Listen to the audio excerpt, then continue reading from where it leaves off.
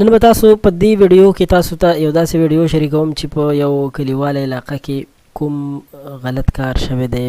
قدرمنو موږ یې ډېر زیات خفه کړي یو. تاسو سره به دغه ویډیو هم شریکه کړم چې په دې ځای کې شوی او هغه ویډیو هم موږ ته چاره لګېږي نو موږ سره تر اخره پاتې شئ. قدرمنو خو یو څو خبرې کول هم در سره ضروري ګڼم. واقعه داسې شوې چې جینۍ چې دا هغې خپل یار سره په موبایل یارانه جوړه کړې ده او د دې ښځې چې خاوند یې په کلي باندې نه په بهر ملک کې مسافري کوله، پیسې به یې رالېږلې او دا ډېره ساده کلیوال خلک وو. په بازار کې دوکاندار نه سودا راوړله او څه وخت یې دغه دوکاندار نه به سودا راوړه، تله راتله به اخره کې هغه ترې نمبر اخیستی او د دوی دواړو خپل منځ کې ګپ شپ جوړ شوی دی. نو دغه خاوند یې چې بهر ملک ته تللی او بیا نو دوی دواړو بیا ښه یو بل سره تعلقات جوړ کړي، ګپ شپ یې لګولو. نو یوه ورځ چې دی راغلی دی سړی او دا یې راویستلې ده د موبایل په ذریعه، یعنې رنګ یې ورته کړی دی، دا راوتې ده ورله او د هغې نه پس چې دی د هلک چې دی ده رانیولې، موبایل یې هم ځان ته ایښی دی او ناروا کار یې ورسره کړی دی، شرمولې ده، غلط کار یې ورسره کړی دی او د دغه هر څه نه پس بیا دغه سړي خپل موبایل اخیستی تللی دی.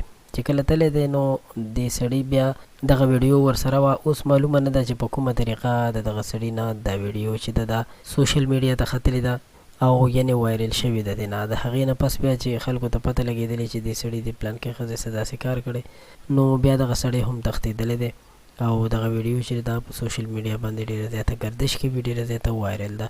قدرمنو په دې ویډیو کې یو لوی عبرت به دا هم تاسو ته درکړم چې هر څوک واده وکړي نو زر تر زر د بهر ملک ته نه ځي، یو څه دې په خپل کلي باندې وخت تېر کړي چې خپلو بچو سره خپلو ښځو سره د خوشحالۍ زندګي تېره کړي. هغې نه پس بیا په کار ده چې هر اړخ ته ځي نو بیا دې لاړ شي. خو اول ضروري همدغه خبره ده چې په خپل کلي باندې یو څه وخت خپل بچو سره تیر کړي چې داسې نه بیا په داسې غلطو لارو باندې اولادونه روان شي.